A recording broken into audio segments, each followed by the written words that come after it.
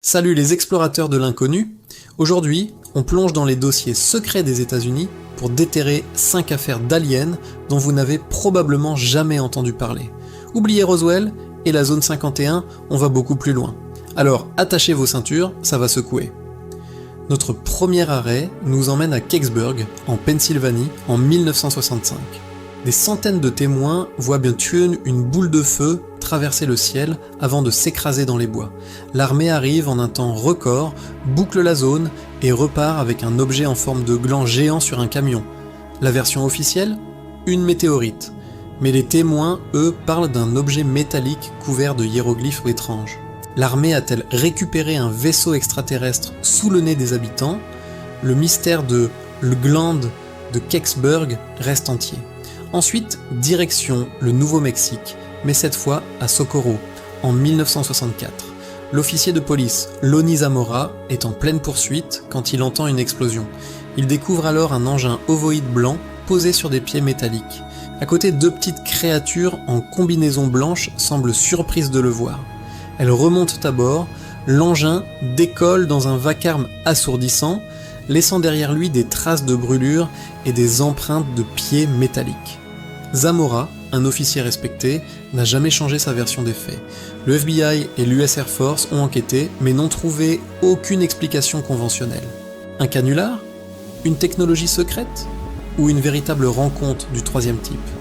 Maintenant, voyageons jusqu'en 1976 à Allagash, dans le Maine. 4 amis artistes partent en camping. Une nuit, sur le lac, ils sont soudainement enveloppés par une lumière intense venant du ciel. Ils perdent conscience et se réveillent plusieurs heures bio plus tard, sans aucun souvenir de ce qui s'est passé. Des années après, tourmentés par des cauchemars récurrents, ils décident de faire des séances d'hypnose séparément. Et là, c'est le choc. Tous les 4 décrivent la même chose.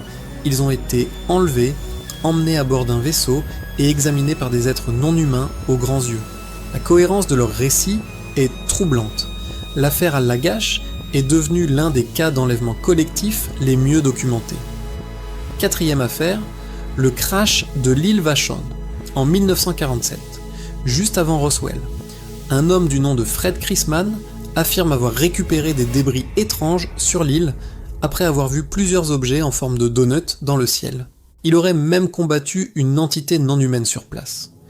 L'histoire est folle, mais ce qui la rend encore plus intéressante, c'est que Chrisman a été impliqué plus tard dans l'enquête sur l'assassinat de JFK. Simple coïncidence, ou faisait-il partie d'une organisation secrète chargée de gérer les affaires extraterrestres ? Certains pensent que l'incident de Vashon était une tentative de dissimulation, une distraction pour détourner l'attention du véritable crash qui allait se produire à Roswell quelques jours plus tard. Enfin, notre dernière histoire nous conduit au lac Falcon, au Canada, à la frontière avec les États-Unis, en 1967. Stephen Michalak, un géologue amateur, cherche des minéraux quand il voit 2 objets en forme de cigare planer près de lui. L'un d'eux atterrit. Michalak s'approche, il sent une odeur de soufre et entend un bourdonnement. Il touche l'engin, qui est si chaud qu'il brûle ses gants. Soudain, une grille s'ouvre sur le côté de l'appareil, et un jet d'air chaud le projette en arrière, mettant le feu à sa chemise. Quand il se relève, l'objet a disparu. De retour en ville, les médecins sont perplexes. Son torse est couvert de brûlures, formant un quadrillage parfait, exactement comme la grille qu'il a décrite. Les analyses de ses vêtements et du sol révèlent des niveaux de radioactivité anormaux. Malgré des enquêtes approfondies, personne n'a jamais pu expliquer ce qui est arrivé à Stephen Michalak ce jour-là.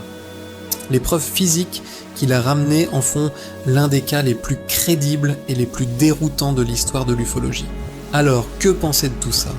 Des hallucinations collectives, des technologies militaires secrètes, ou la preuve que nous ne sommes vraiment pas seuls ? Ces 5 affaires, moins connues que les blockbusters de l'ufologie, soulèvent des questions incroyablement troublantes.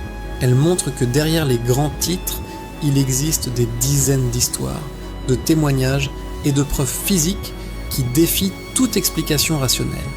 Chaque cas est une pièce d'un puzzle immense et fascinant.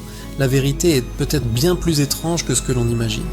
Et vous, quelle affaire vous intrigue le plus ? Vous avez d'autres histoires méconnues à partager ? Dites-moi tout dans les commentaires, j'adore vous lire. Si cette plongée dans les dossiers non classés vous a plu, n'oubliez pas de laisser un pouce bleu, de vous abonner pour ne rien manquer de nos prochaines explorations et de partager la vidéo.